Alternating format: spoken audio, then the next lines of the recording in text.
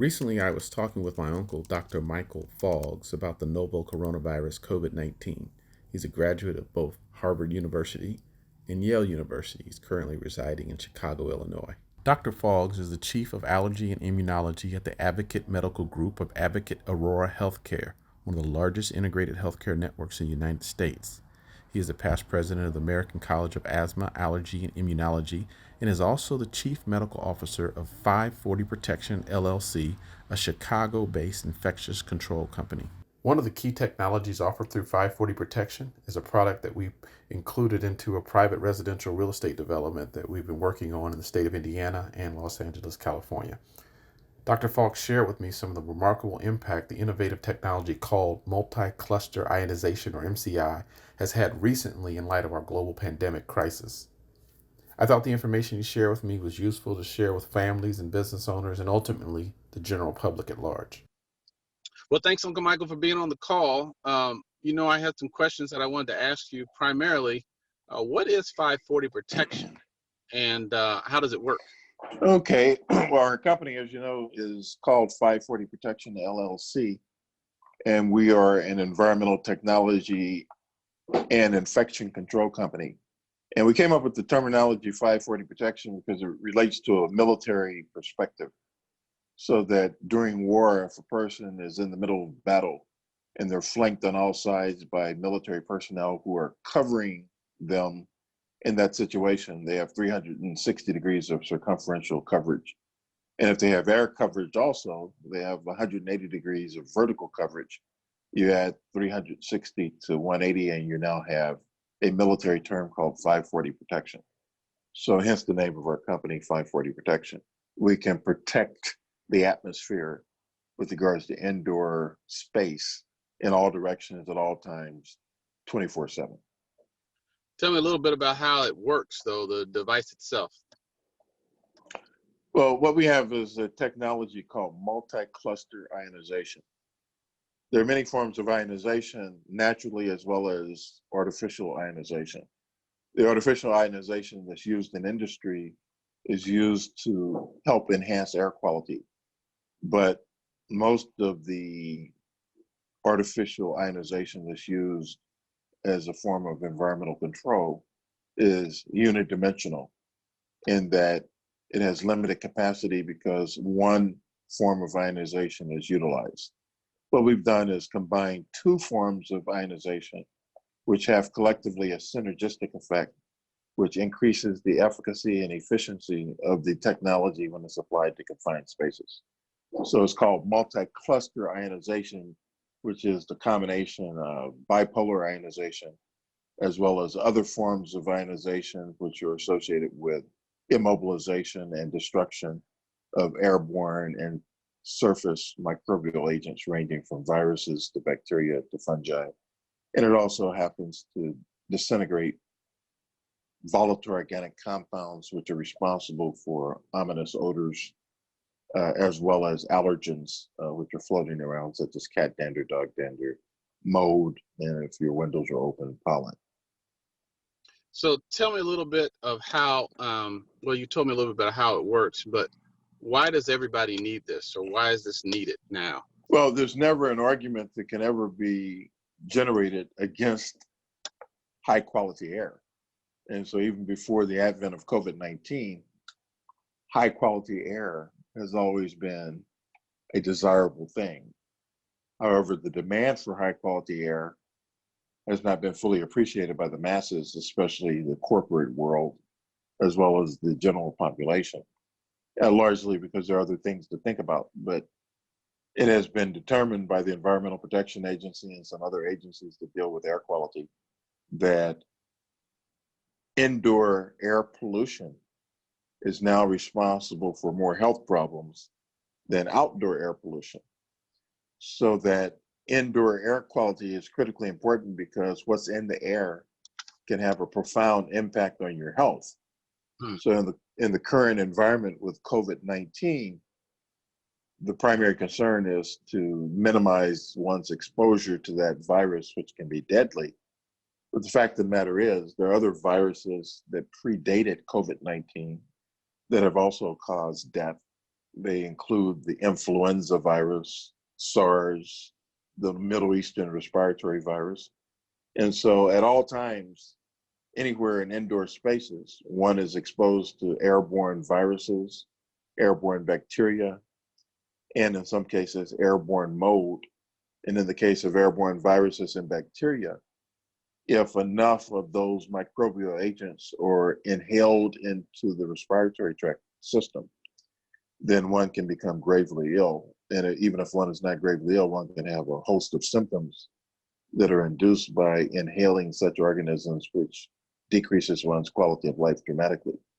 With the advent of COVID-19, the entire equation has changed dramatically by virtue of the fact that we now have a mutated virus, which appears to be ubiquitous and which has the ability in the worst case scenario to kill you in large numbers.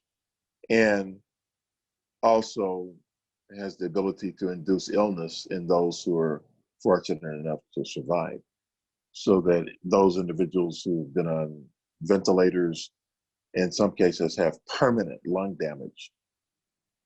And that permanent lung damage, in many cases, is superimposed on pre-existing lung diseases such as asthma or COPD.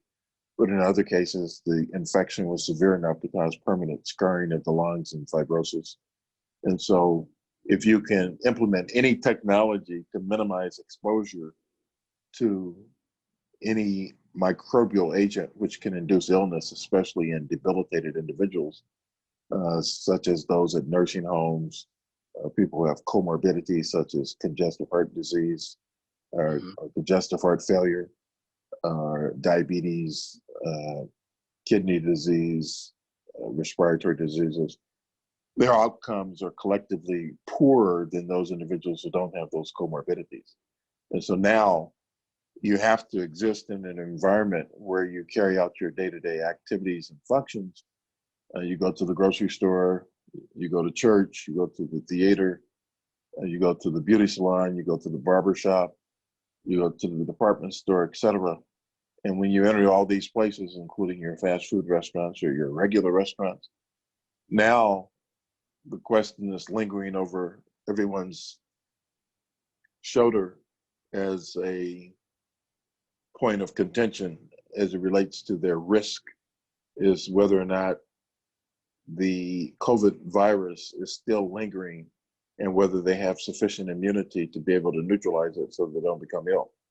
So any technology that's cost effective that can be implemented and placed in confined spaces such as restaurants, nursing homes, hospitals, aircraft, in the case of the military, submarines, destroyer ships, tanks, military barracks, or in other cases, quarantine facilities, cruise lines, oil rigs, where they have to be very careful about particulate matter that's floating around.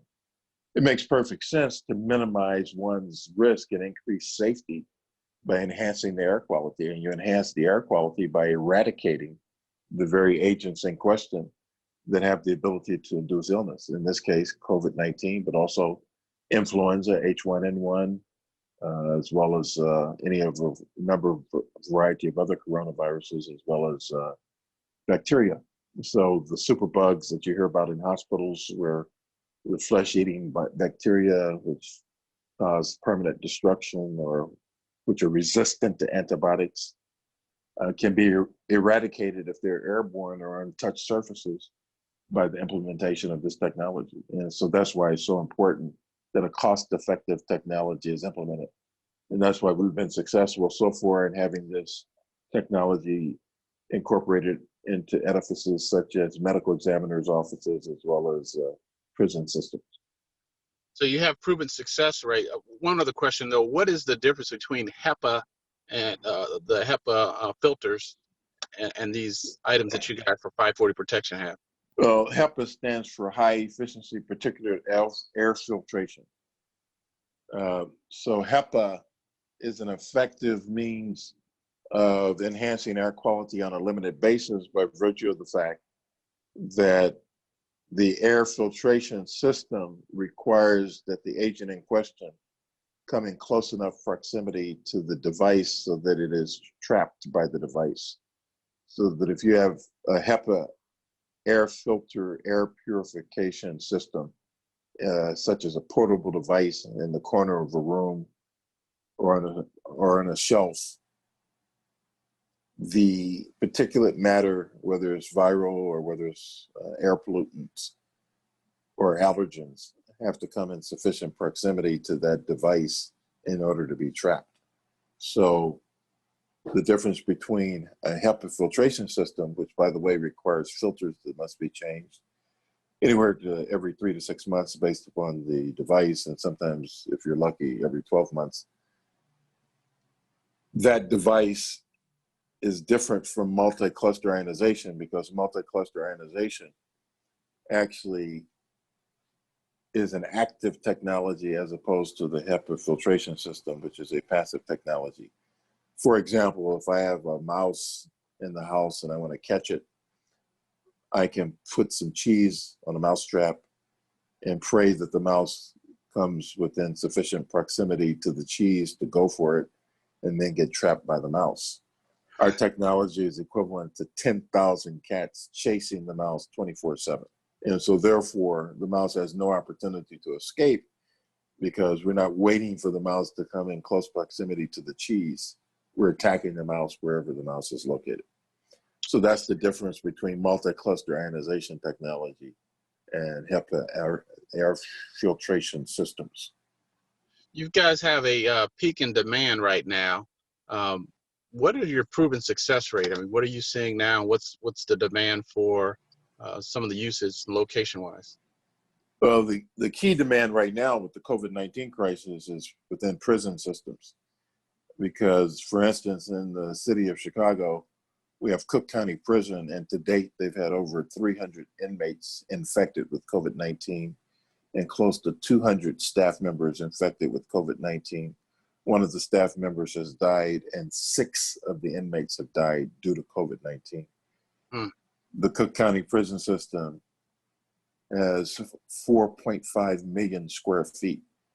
And so within that system, not only do they have to deal with COVID-19, but they also have to deal with influenza infections, which are still prevalent because the flu season is still very active. So that's an example of a place where there's a major demand. In fact, one of the places where we have installed the equipment, which is Kane County Correctional System, the sheriff has pointed out that since our equipment has been installed, there have been 0 cases of COVID-19 infections among the prisoners and among the staff. So we think that the technology is proven in terms of its efficiency and effectiveness. It's not to guarantee that no one would be exposed if this technology is implemented.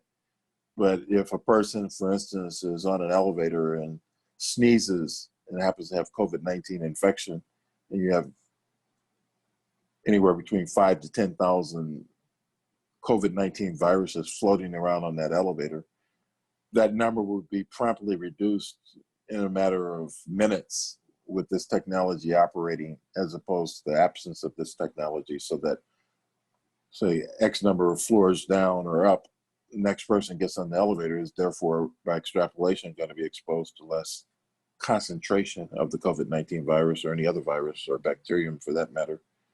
And therefore, the technology is now reducing what we call the bioburden of exposure. And that's important because with COVID-19, it's been proven that it works similar to a toxic agent. It's a dose-dependent phenomenon. If you inhale a high number of COVID-19 viruses, you're going to be much sicker than if you inhale a few number of COVID-19 viruses. I see.